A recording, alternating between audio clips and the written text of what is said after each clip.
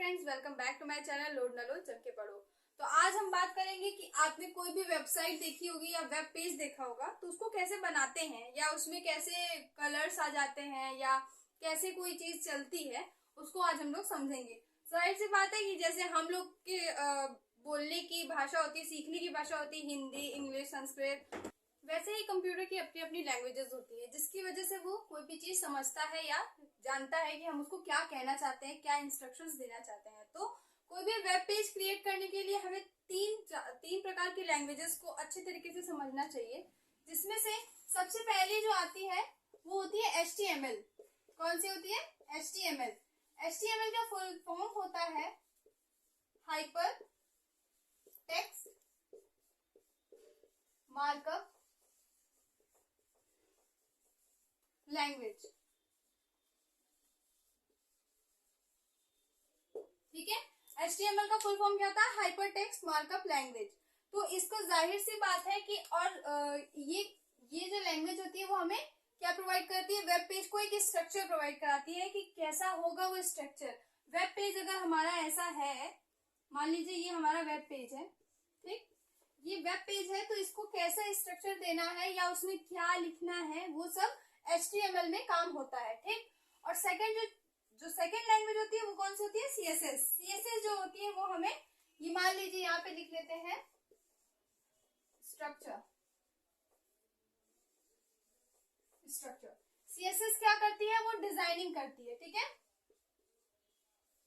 Web page को design provide कराती है। कौन सी लैंग्वेज? CSS, या स्टाइल कह सकते हैं। और जो थर्ड लैंग्वेज होती है वो होती है जावा।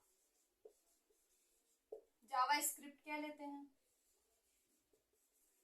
ठीक है, JS जो होती है वो थर्ड लैंग्वेज होती है जो कि इसमें लॉजिक पार्ट डालती है। लॉजिक पार्ट मतलब जो भी दिमागी चीजें होती है। मान लीजिए इसमें कोई भी आपको प्रोग्राम बनाना है जिसमें कि कोई भी वेब पेज पे, जैसे होता नहीं है कैप्चा वैप्चा डालते हैं आप लोग कि यहाँ पे XYYZ ऐसा कुछ लिखा हुआ है, वहां पे आपको एंटर करके लिखना रहता है, या कई सारी पिक्चर्स दी रहती है उसको जोड़ के बनाना रहता है। वो सब क्या करता है? जावा स्क्रिप्ट में आता है।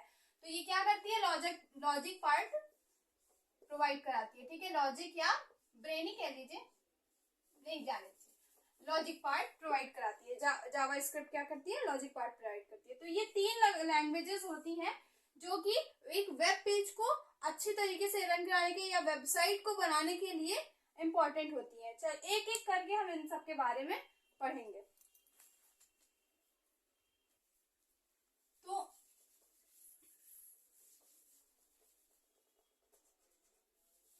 तो अब हम बात करेंगे HTML कैसे लिखी जाती है या HTML को हमें कैसे यूज करना है, उस लैंग्वेज को कैसे हम अपने वेब पेज में डालेंगे कि हमारा वेब पेज अच्छा बन जाए। उसके हिसाब से आज पता करते हैं कि ये कैसे बनती है।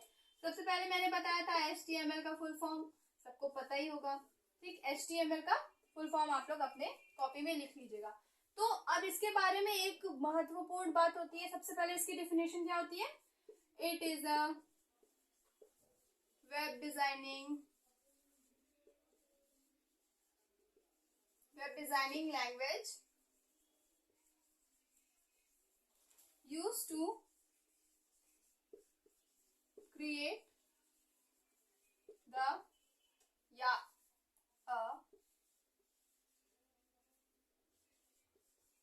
Web page.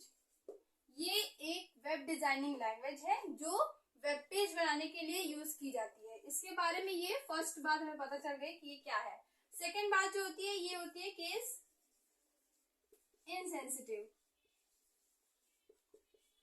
तो सबको पता है केस सेंसिटिव, अगर नहीं भी पता है तो हम बता देते हैं केस सेंसिटिव का क्या मतलब होता है और केस इनसेंसिटिव का मतलब क्या होता है। तो जो केस सेंसिटिव की बात आती है जब कहीं भी, ठीक, ये केस इनसेंसिटिव और केस सेंसिटिव। केस सेंसिटिव का मतलब होता है कि यहाँ पे इस वाले H या इस वाले H, इन दोनों का अलग अलग मतलब होता है। अगर आपने इस वाले H की जगह स्मॉल h की जगह कैपिटल H लिख दिया तो पूरा का पूरा प्रोग्राम आपका गलत हो जाता है। और अगर आपने इसमें HTML में, जैसे कि ये भी बता दें कि कौन कौन सी लैंग्वेजेस में केस सेंसिटिव होता है, कौन कौन सी लैंग्वेज इनसेंसिटिव होता है। तो HTML जो होती है वो केस इनसेंसिटिव होती है। इसका मतलब कि आपने यहाँ पे स्मॉल h लिखा, कैपिटल H लिखा, या small h capital H, small i capital I, इन दोनों का मतलब क्या होता है, सेम होता है। इसमें ये जो है, ये जो लैंग्वेज होती है इसमें कंप्यूटर दोनों को एक ही तरीके मानता है कि ये H ही है। मतलब होता है कि स्मॉल h और कैपिटल H में कोई भी फर्क नहीं समझता है कंप्यूटर, क्योंकि ये केस इनसेंसिटिव होता है। ठीक है, इन दोनों का मतलब क्या होता है, एक ही होता है। मतलब ये अगर आप ये लिख देंगे तो ये समझ लेगा, ये लिख देंगे तो ये समझ लेगा, मतलब दोनों H एक होते हैं। केस सेंसिटिव का मतलब होता है इसका मतलब अलग होगा, इसका मतलब ये अलग होगा। मान लीजिए H का वैल्यू आप 9 रखें तो इस H की वैल्यू 0 भी हो सकती है, 1 भी हो सकती है, 2 भी हो सकती है, 3 भी हो सकती है, कोई भी वैल्यू हो सकती है। तो इसलिए ये दो बातें हमने जान ली। अब तीसरी बात आती है कि इसका प्रोग्राम हम लिखते कहाँ पे हैं। तो सबसे महत्वपूर्ण बात बोले या इम्पोर्टेंट बात बोले तो इसका प्रोग्राम हम किसी भी टेक्स्ट एडिटर पे लिख सकते हैं, किसी भी टेक्स्ट एडिटर पर लिख सकते हैं। अगर आप बात करेंगे तो टेक्स्ट एडिटर कितने प्रकार के होते हैं, कई प्रकार के टेक्स्ट एडिटर होते हैं, जैसे कि नोटपैड हो गया,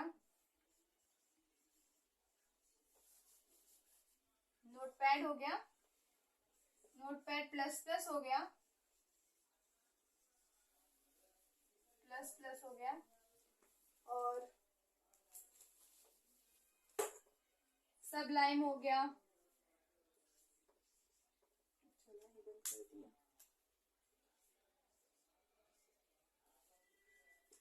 सबलाइम हो गया। और ब्रैकेट्स एक फ्रीवेयर सॉफ्टवेयर है, ठीक है। ये एक ऐसा सॉफ्टवेयर है जो एकदम नोटपैड प्लस प्लस की तरह काम करता है। आप इसमें HTML, जावा, पाइथन कोई भी लैंग्वेज लिख सकते हैं, ठीक है। ये बहुत ही अच्छा सॉफ्टवेयर बिकॉज इस पे काम किया जा चुका है और ये नया सॉफ्टवेयर है, ठीक है।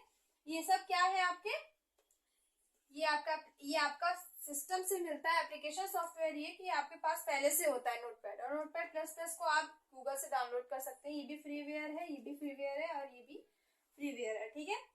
अब हम लोग बात करेंगे कि अगर आप HTML का कोड लिखते हैं तो उसमें कैसे शुरुआत की जाती है, टैग्स क्या होते हैं। जैसे कि सब बोलते हैं कि आप HTML का टैग लगाइए, कोई भी एक टैग का नाम बताइए, एट्रीब्यूट क्या होते हैं, टैग्स कितने प्रकार के होते हैं, इन सब के बारे में हम अगले वीडियो में बात करेंगे, ठीक है। तो तब तक के लिए हमारा चैनल सब्सक्राइब कीजिए और लाइक कीजिए, इस वीडियो को ज़्यादा से ज़्यादा शेयर करिए ताकि आपके साथ साथ आपके कई भाई बहन भी पढ़ सकें। Thank you.